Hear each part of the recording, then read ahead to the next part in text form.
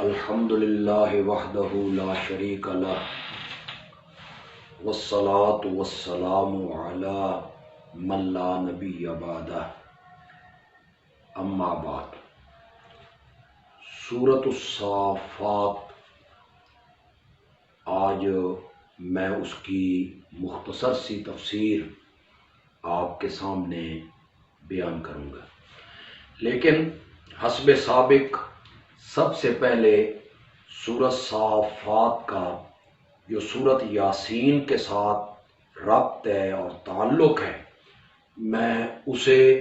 سب سے پہلے بیان کرنا چاہوں گا۔ ایک بات تو ذہن میں یہ رکھیں کہ سورۃ صافات میں وہی مضمون بیان ہوگا جو اللہ رب العزت نے سورۃ سبا میں بیان کیا تھا کہ میرے سامنے کوئی شفیع غالب نہیں ہے، لہذا کسی کو شفیع غالب سمجھ کے کہ یہ اللہ سے بات منوا لیتے ہیں، اللہ ان کی نہیں موڑتا، یہ سمجھ کے کسی کو نہ پکارو۔ تو سورۃ یاسین میں یہ کہا گیا تھا کہ مشرکین اور کفار جن کو اپنا شفاع اور سفارشی سمجھ کے پکارا کرتے تھے، ہم نے جب ان قوموں کو پکڑا اور عذاب میں مبتلا کیا تو ان کے سفارشی اور شفاع انہیں ہماری گرفت اور ہمارے عذاب سے نہ بچا سکے۔ اب سورۃ صافات میں سورۃ یاسین سے ترقی کر کے یہ کہا جائے گا کہ بچانا تو درکنار، وہ تو خود اللہ کے سامنے عاجزیاں کر رہے ہیں، وہ خود اللہ کے سامنے گڑ گڑا رہے ہیں، وہ خود اللہ کے سامنے زاریاں کر رہے ہیں، وہ خود اللہ کے سامنے رو رہے ہیں۔ تو جو خود اللہ کے سامنے زاریاں کرے، التجائیں کرے، خود اللہ کے سامنے گڑ گڑاتا رہے، اس سے دعائیں مانگے، اس سے حاجات طلب کرے، وہ شفیع غالب کیسے ہو سکتا ہے؟ تو یہ تعلق ہو گیا سورۃ صافات کا سورۃ یاسین کے ساتھ۔ چنانچہ سورۃ صافات میں اللہ تین بڑی مخلوقوں کا ذکر کریں گے۔ سب سے پہلے اللہ فرشتوں کا ذکر کریں گے، اور ان کا ذکر کر کے اللہ یہ ثابت کریں گے کہ ملائکہ شفیع غالب بننے کے لائق نہیں ہیں۔ اس کے بعد اللہ جنات کا ذکر کریں گے اور یہ ثابت کریں گے کہ جنات بھی شفیع غالب بننے کے لائق نہیں ہیں۔ اس کے بعد انسانوں میں جو سب سے اشرف ہیں اور انسانوں میں جو سب سے اعلیٰ ہیں یعنی انبیاء، اللہ 7 نبیوں کا تذکرہ کریں گے، جس سے اللہ یہ ثابت کریں گے کہ وہ تو ہمارے سامنے گڑ گڑاتے تھے، وہ ہمارے مقبول بندے تھے، ہم نے ان پر رحمتیں کی تھیں، وہ شفیع غالب بننے کے لائق نہیں ہیں۔ شروع میں اللہ نے فرشتوں کا ذکر کیا، والصافات صفا فالزاجرات زجرا فالتالیات ذکرا۔ اللہ کے سامنے صفیں باندھ کر کھڑے ہیں اور اللہ کا ذکر کر رہے ہیں، اللہ کی تسبیحات کر رہے ہیں، اور فرشتوں کا جو اللہ کے مقرب ہیں اور اللہ کے قرب میں رہنے والے لوگ ہیں، وہ ہر حکم ماننے کے تابع ہیں، صفیں باندھ کے اللہ کے حکم کے انتظار میں کھڑے ہیں۔ اور فرشتوں کی یہ حالت اس بات کی گواہ ہے، اِنَّ إِلَٰهَكُمْ لَوَاحِدٌ، کہ تمہارا معبود اور تمہارا الہ وہ صرف ایک ہے اور وہ اللہ ہے۔ فرشتے الہ بننے کے لائق نہیں ہیں، وہ تو خود ہمارے تابع ہیں، ہمارے سامنے صفیں باندھ کے کھڑے ہیں۔ اس کے بعد اللہ نے دوسری مخلوق جنات کا ذکر کیا کہ انہیں تو آسمان کے قریب کوئی نہیں آنے دیتا، اور وہ آسمان کی طرف آنے کی کوشش کرتے ہیں تو شہاب ثاقب ان کا پیچھا کرتے ہیں، ان پر کوڑے آگ کے برسائے جاتے ہیں، تو جو مخلوق آسمان کے قریب بھی نہ آ سکے اور انہیں وہاں سے بھگایا جا رہا ہو، وہ شفیع غالب یا اللہ سے بات کیسے منوا سکتے ہیں؟ یہ دو مخلوق کا ذکر فرشتوں کا اور اس کے بعد جنات کا ذکر کرنے کے بعد اللہ بعد میں تخویفات اور بشارات اللہ بیان کریں گے، یعنی ماننے والوں کو، ایمان لانے والوں کو اور دعوی توحید کے تسلیم کرنے والوں کو اللہ بشارتیں سنائیں گے، اور جو دعوی توحید کو نہیں مانتے ہیں، شرک کی طرف راغب ہیں، انہیں اللہ تخویفات یعنی ڈراوے سنائیں گے۔ آیت نمبر 22 سے لے کر 34 تک اللہ تعالیٰ ایک مکالمے کا ذکر کریں گے جو پکارنے والوں کے درمیان اور جن کو پکارا گیا ہے، نظر و نیاز دینے والے اور جن کے نام کی نظر و نیاز دی گئی ہے، یعنی مریدوں اور پیروں کے درمیان ایک مکالمے کا اللہ ذکر کریں گے۔ لیکن یہ ذہن میں رہے، یہاں سے مراد وہ گندے پیر ہیں جو اپنی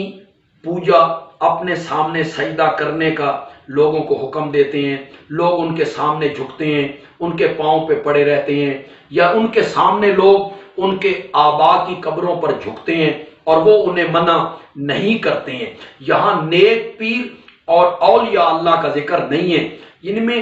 وہ پیر مراد ہیں جو خود مشرک ہیں، شرک کرواتے ہیں، لوگوں کو اپنے سامنے جھکاتے ہیں اور لوگوں کو اپنے نام کی نظر و نیاز دینے کا حکم دیتے ہیں۔ اللہ تعالیٰ کہتے ہیں ان سب کو ہم اکٹھا کریں گے اور ان کو ہم جہنم کے راستے کی طرف چلائیں گے، اور جب فرشتے ان کو جہنم کی جانب لے جا رہے ہوں گے تو ہم فرشتوں کو کہیں گے ذرا ان کو ٹھہراؤ، ہم نے ان سے کچھ باتیں کرنی ہیں، کچھ باتیں ہم نے پوچھنی ہیں۔ تو پھر اللہ ان سے پوچھیں گے ما لکم لا تناصرون، آج تمہیں کیا ہو گیا ہے؟ ایک دوسرے کی مدد نہیں کر رہے ہو، ایک دوسرے کے کام نہیں آ رہے ہو، بلکہ آج تو بڑی عاجزی کے ساتھ سر تسلیم خم کر کے چلے جا رہے ہو۔ تو ان میں سے ایک دوسرے کی طرف متوجہ ہو کے پوچھیں گے، مرید کہیں گے پیروں کو کہ تم بڑی قوت کے ساتھ، دبدبے کے ساتھ، لاؤ لشکر کے ساتھ ہمارے پاس آیا کرتے تھے، اگر تم نہ ہوتے تو ہم بھی مومن ہوتے، تم لاؤ لشکر لے کر قوت کے ساتھ ہمارے گھروں میں، محلوں میں آتے تھے، تم نے ہمیں شرک کی طرف مائل کیا، تم نے ہمیں اللہ کی توحید سے ہٹایا، تم نے ہمیں توحید بیان کرنے والوں سے ہٹایا، اگر تم نہ ہوتے تو ہم مومن ہوتے۔ اور وہ جواب میں کہیں گے کہ ہمارا تو کوئی غلبہ نہیں تھا، زور نہیں تھا، ڈنڈے کا زور نہیں تھا، تم خود ہمارے پیچھے چلے ہو، تو ہم خود گمراہ تھے،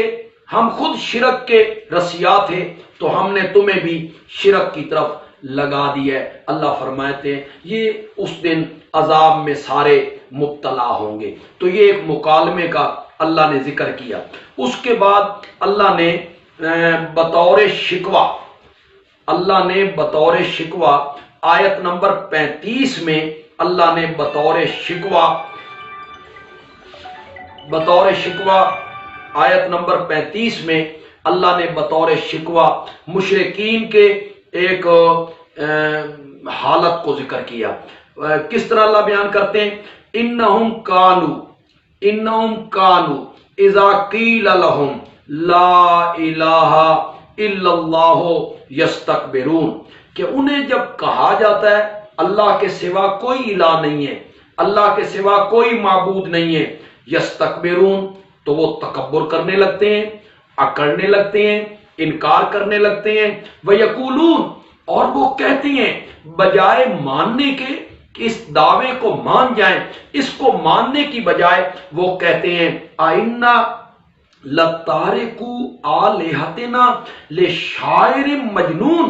کیا ہم اپنے الہوں کو، اپنے معبودوں کو چھوڑ دیں ایک شاعر اور مجنون کے کہنے پر؟ یہ تو شاعر ہے، یہ تو مجنون ہے جو اس بات کا مدعی ہے کہ لا الہ الا اللہ، تو ہم اپنے الہوں کو، اپنے مشکل کشاؤں کو، اپنے حاجت رواؤں کو، جن کو ہم شفیع غالب سمجھ کے پکارتے ہیں، انہیں ہم چھوڑ دیں ایک شاعر اور مجنون کے کہنے پر؟ بل جا بالحق، نہیں یہ غلط کہتے ہیں، میرا پیغمبر تو سچی بات لے کے آیا ہے، وصدق المرسلین، اور میرا پیغمبر پہلے نبیوں کی تصدیق بھی کرنے والا ہے۔ پہلے نبی بھی اپنی اپنی قوم کے سامنے اسی بات کو بیان کیا کرتے تھے کہ اللہ کے سوا اس کائنات میں کوئی معبود اور کوئی الہ نہیں ہے۔ اس کے بعد آیت نمبر 75 میں اللہ نے 7 انبیاء کے اس تذکرے کو شروع کیا۔ انسانوں میں انبیاء کا تذکرہ کیا۔ سب سے پہلے حضرت نوح علیہ السلام کا تذکرہ کیا۔ اللہ کہتے ہیں وَلَقَدْ نَادَانَا نُوحٌ فَلَنِعْمَ الْمُجِيبُونَ، نوح نے ہمیں پکارا تھا، نوح نے ہمارے سامنے زاریاں کی تھیں، وَنَجَّيْنَاهُ وَأَهْلَهُ، نوح کو ہم نے نجات دی تھی، اس کے گھر والوں کو بھی ہم نے نجات دی تھی۔ یہ اللہ تعالیٰ بیان کر کے کہتے ہیں وہ تو ہمیں پکار رہے ہیں، انہیں نجات دینے والا، انہیں بچانے والا، انہیں سلامتیاں عطا کرنے والا وہ میں ہوں۔ یہ حضرت نوح علیہ السلام کا ذکر کیا۔ اس کے بعد آیت نمبر 83 سے لے کر آیت نمبر 113 تک اللہ نے جد الانبیاء حضرت سیدنا ابراہیم خلیل اللہ علیہ السلام کا تذکرہ کیا۔ حضرت ابراہیم علیہ السلام کے تذکرے میں ان کا قوم کو واعظ کرنا اور اللہ کی توحید کو بیان کرنا، اور پھر ان کے معبد خانے میں جا کے ان کے معبودوں کو، ان کے بتوں کو توڑ دینا، یہ سارے اللہ نے ذکر کیا کہ تم اپنے ہاتھوں سے تراشتے ہو پھر ان کو تم معبود بنا لیتے ہو۔ تو حضرت ابراہیم تو ساری زندگی میری توحید کی دعوت دیتے رہے تھے۔ حضرت ابراہیم کو تو آگ میں ڈالا اس لیے گیا تھا کہ انہوں نے میری وحدانیت کا اعلان کیا تھا اور انہوں نے باقی الہوں کا انکار کر دیا تھا۔ پھر حضرت ابراہیم علیہ السلام کے تذکرے میں اللہ نے ان کی ایک دعا کا ذکر کیا، رب حبلی من الصالحین، اے میرے رب مجھے نیک اور صالح اولاد عطا فرما۔ اللہ بتانا چاہتے ہیں کہ انہوں نے اولاد کے لیے میرے سامنے زاریاں کی تھیں، اولاد کے لیے انہوں نے مجھے پکارا تھا، ہم نے انہیں اولاد کی نعمت دی تھی۔ پھر وہی بیٹا جو ہم نے انہیں دعاؤں کے بعد دیا تھا، ہم نے جب کہا، خواب میں کہا، تو وہ اس کو ذبح کرنے پر تیار ہو گئے تھے۔ تو حضرت ابراہیم تو ہمیں پکارتے تھے، ہمارے سامنے عاجزیاں کرتے تھے، ہمارے سامنے زاریاں کرتے تھے، ساری زندگی انہوں نے توحید کی دعوت دی، ساری زندگی انہوں نے ہماری الوہیت کو بیان کیا تھا، تو وہ شفیع غالب بننے کے لائق نہیں ہے۔ اس کے بعد اللہ نے حضرت موسیٰ اور حضرت ہارون کا ذکر کیا، ان کی مدد بھی ہم نے کی تھی، انہیں بھی سمندر سے پار ہم نے اتارا تھا، تو وہ شفیع غالب بننے کے لائق نہیں ہے۔ اس کے بعد حضرت الیاس کا ذکر کیا کہ وہ تو